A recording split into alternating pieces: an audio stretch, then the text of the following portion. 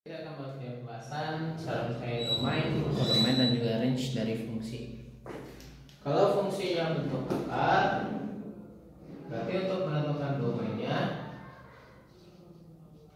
kita bikin aja yang di dalam akar lebih dari sama dan 0. Jadi kalau fungsinya akar, domainnya adalah yang dalam akarnya lebih besar 0. Kita faktorkan untuk nanti nilai x-nya ya. Di sini yang paling kecil adalah x pangkat 1. Oh, berarti biar bisa difaktorin, terus dulu yang x paling kecil pangkatnya yaitu x pangkat 1. Lalu yang dalam kurungnya x kuadrat bagi x jadi x ditambah x bagi x jadi 1. Jadi cara memfaktorkannya, terus dulu x yang paling kecil pangkatnya, terus dibagi-bagi x kuadrat bagi x jadi x bagi x jadi 1 ya. Sekarang kita buat keduanya jadi 0 ya. Di pemfaktornya kita buat jadi sama 0 dua-duanya, dapat x nya 0 dan x nya min 1. Lalu kita buat garis bilangan, karena kalau ngerjain part tidak sama harus pakai garis bilangan. Batasnya min 1 dan 0. Kita coba angka. Kita coba angka berapapun terserah ya, asal min 1 sama 0. Batas kalau dicoba ya. Kita masukin angka 2 aja misalkan ya. Sini kan ada angka 2 ya. Masukin 2 ke sini. 2 kuadrat 4, 4 tambah 2 6. Pas masukin angka 2 ke sini, dia jadi 6. Positif kan? Kasih tanda positif. Di angka 2, tempat angka 2 berada. Nah, polanya itu biasanya plus min plus atau min plus min. Berarti sini min, di sini plus. Berarti ini ya. Ini tandanya yang positif ya. Karena yang diminta adalah yang lebih besar 0. Begitu. Jadi kita punya domainnya itu x lebih kecil sama min 1 atau x lebih dari sama dengan 0. Lebih kecil min 1 ke kiri, lebih besar 0 karena ke kanan ya maksudnya. Itu domainnya. Nah, kalau kodomain di suatu fungsi yang namanya kodomain itu lihat ruas kiri fx. Fx itu kan y ya. Oh, karena ruas kirinya y, berarti kodomainnya itu adalah semua y bilangan real. Jadi kodomain itu bisa semua x bilangan real atau semua y bilangan real. Cuma ada dua pilihan, semua y bilangan real atau semua x bilangan real. Tinggal lihat aja nih ruas kirinya, oh fx itu y, berarti kodomainnya semua y bilangan real. Sekarang tugas kita yang terakhir tinggal nentuin yang namanya range. Cara nentuin range, kita buat fx-nya itu jadi y. Nah, range itu bisa kita dapetin kalau x-nya sendirian. Jadi kalau dapat range, buat aja x-nya sendirian. Biar bisa sendirian gimana? Biar bisa sendirian, ini harus jadi kuadrat sempurna dulu. Kuadrat sempurna itu maksudnya begini. Lihat koefisien x-nya. Koefisien x-nya berapa? 1. Nah, biar bisa jadi kuadrat sempurna, si koefisien x-nya kita bagi 2 terus kuadratin. 1 bagi 2 setengah. Setengah dikuadratin seperempat ya. Berarti nanti yang dalam akar berubah jadi x kuadrat tambah x tambah seperempat. Tapi nanti belakangnya kurang lagi seperempat. Alasannya biar seperempat kurang seperempat itu jadi 0, jadi habis kan. Jadi si soal itu sebetulnya nggak berubah. Jadi kalau kita tambahkan suatu angka untuk menetralkannya biar tetap sama dengan yang di soal awal, kurang lagi sama seperempat.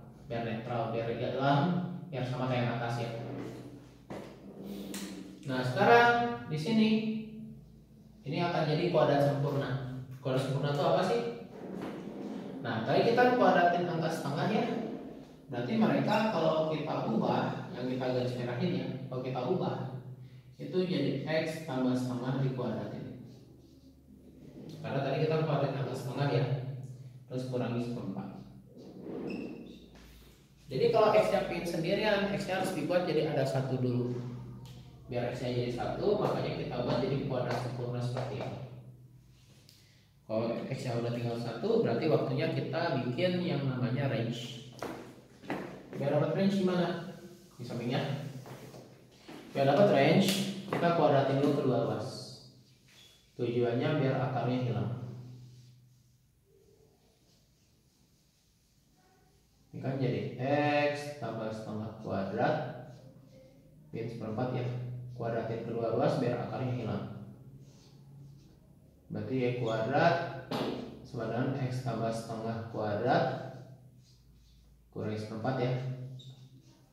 Min seperempat pindah ke kanan, ke kiri ya. Berarti Y kuadrat tambah seperempat sama dengan X tambah setengah kuadrat ya. Karena X nya harus sendirian, berarti kuadratnya pindah ruas.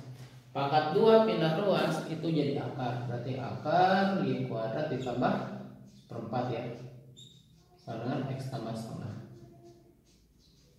Jadi setengahnya pindah ruas, berarti akar Y kuadrat tambah seperempat, nanti kurangi lagi setengah, itu akan jadi X. Nah sekarang X nya harus sendirian ya, berarti X nya itu adalah akar Y kuadrat tambah seperempat kurangi setengah ya. Tuh X nya kan ya. Terus biar dapat range gimana? Biar dapat range kita lihat si domain. Nah domain itu kan X nya lebih besar min 1 atau X nya lebih besar 0 kan? Benar ya? Nah domain itu terjadi setelah kita buat X nya sendiri. Kita buat ini Y nya itu jadi di antara berapa sampai berapa. Caranya berarti domain. Oh X nya lebih kecil min 1, tulis X nya lebih kecil min 1. Nanti X yang di sini ganti sama ini. Jadi akar Y kuadrat ditambah seperempat kurang setengah lebih kecil sama dengan min 1. Min setengah pindah ke kanan kan jadi plus. Berarti akar Y kuadrat tambah seperempat lebih kecil dari min setengah ya. Begitu. Karena di pertidaksamaan akar itu tidak boleh negatif ya. Kalau persamaan yang namanya akar itu nggak boleh negatif. Nanti kita nggak akan dapat range dari sini. Kita nggak dapat range ya dari sini ya. Nggak dapat apa-apa. Nanti sini range tidak bisa ditentukan. Range tidak bisa ditentukan. Jadi kalau di pertidaksamaan akar itu nggak boleh negatif. Gitu. Oh berarti situ range itu nggak bisa ditentukan gitu. Berarti kita ambil yang positifnya aja. Nah sekarang cobanya X lebih besar 0. X lebih besar 0. X nya ganti sama ini.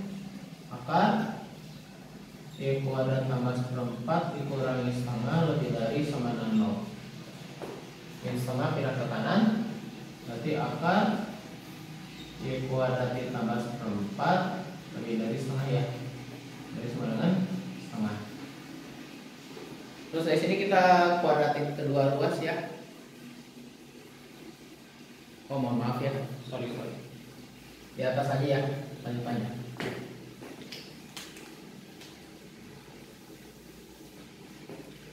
Karena dari sini kita bisa dapat range dari X lebih kecil min 1. Berarti kita pakai X lebih dari 0. Kalau X nya lebih besar dari 0, masukin nilai X nya ya. X nya itu apa? Ini ya.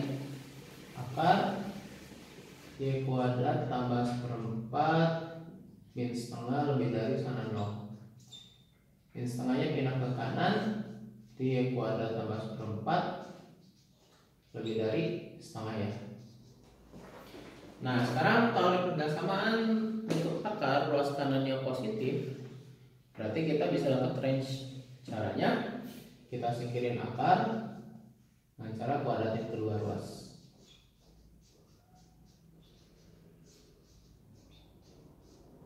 Seperti ini ya. Berarti kita nanti dapat Y kuadrat tambah seperempat lebih dari seperempat ya. Seperempatnya pindah ke kanan, berarti Y kuadrat lebih dari sama dengan 0 ya.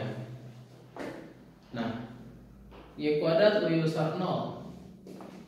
Berarti nanti kita buat dulu Y nya. Kita buat dulu Y sama dengan 0 ya. Buat nentuin range. Jadi kalau nentuin range gini, Kalau nanti range pastiin dulu setelah di sini ya step terakhirnya ruas kanannya 0 dulu. Nah setelah buat ruas kanan 0, sekarang buat ruas kirinya yang jadi 0. Tujuannya apa? Biar nanti dapat batas garis bilangan. Y kuadrat sama 6 berarti y nya 0. Berarti sekarang kita tinggal bikin garis bilangan. Bikin garis bilangan yang batasnya itu adalah 0. Oke. Nah dari sini sekarang kita coba angka ya. Misalnya coba angka 1 deh. Masih sini 1 kuadrat kan 1 lebih besar 0. 1 itu positif ya, kasih tanda positif. Masukin angka min 1 kuadrat 1 itu positif kan? Positif. Berarti nanti range-nya itu ini semuanya ya. Berarti range-nya itu di sini kita nge-share semua kan ya. Nge-share angka yang lebih kecil 0 dan juga lebih besar 0. Oh berarti range-nya itu adalah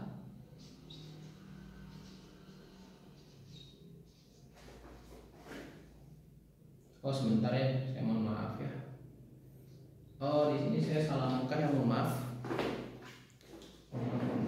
Saya di sini salah langkah.